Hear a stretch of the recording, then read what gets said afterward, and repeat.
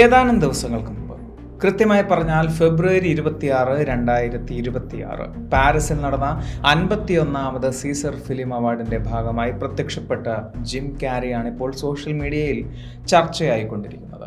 Gym ക്യാരിയെ നമുക്കറിയാം, ഒരുപാട് സിനിമകളിലൂടെ ആ മുഖം നമുക്ക് പരിചിതമാണ്. പ്രത്യേകിച്ച് the mask, the grinch, Bruce Almighty തുടങ്ങിയ ഒരുപാട് സിനിമകളിലൂടെ.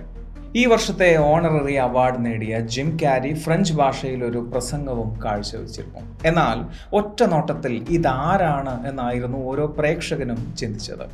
കാഴ്ചയിലും ശബ്ദത്തിലും രീതിയിലും ഭാഷയിലുമെല്ലാം തീരെ പരിചിതമല്ലാത്ത ഒരു രൂപത്തെയാണ് എല്ലാവരും കണ്ടത്. എന്നാൽ നമ്മൾ കണ്ടുകൊണ്ടിരിക്കുന്നത് ജിം ക്യാരിയെയാണ് എന്നറിഞ്ഞപ്പോൾ ശരിക്കും ഒരു ഞെട്ടലാണ് ഉണ്ടായത്.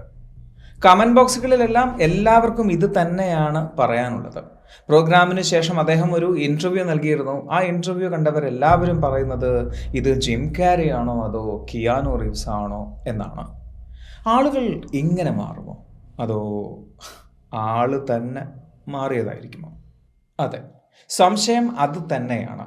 നമ്മൾ കണ്ടുകൊണ്ടിരിക്കുന്നത് ജിം ക്യാരിയെയാണോ അതോ ഇത് ജിം ക്യാരിയുടെ ക്ലോൺ ആണോ എന്ന്.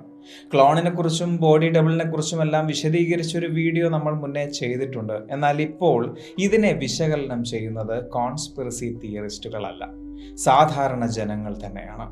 ജിം ക്യാരിയുടെ കൃഷ്ണമണിയുടെ നിറം മുതൽ മുഖത്തെ പേശികളുടെ ചലനങ്ങൾ വരെ അവർ നിരീക്ഷിച്ച് കണ്ടെത്തിയിരിക്കുന്നു.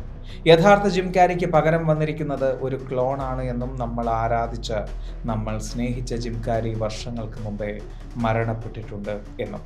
ജിം ക്യാരി മാത്രമല്ല, സലീന ഗോമസ്, ആവ്രിൽ ലാവിനെ, കന്യ വെസ്റ്റ് എന്നിങ്ങനെ പലരും ഒരു സുപ്രഭാതത്തിൽ കാണാതായവരും പിന്നീട് മറ്റൊരാളായി തിരിച്ചു വന്നവരുമാണ്.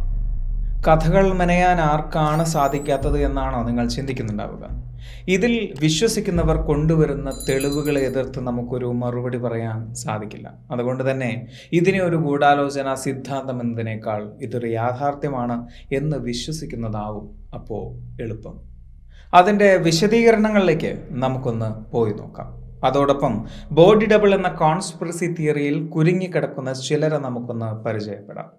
കണ്ണുകൊണ്ട് കാണുകയും കാതുകൊണ്ട് കേൾക്കുകയും ചെയ്യുന്ന അവരൊക്കെ ഒറിജിനൽ ആണോ എന്നൊന്ന് പരിശോധിക്കുന്നത് നല്ലതല്ലേ? കയറിപ്പോരും ചങ്ങായിമാരെ, ബേപ്പൂർ സുൽത്താൻ്റെ ദുനിയാവിലേക്ക്.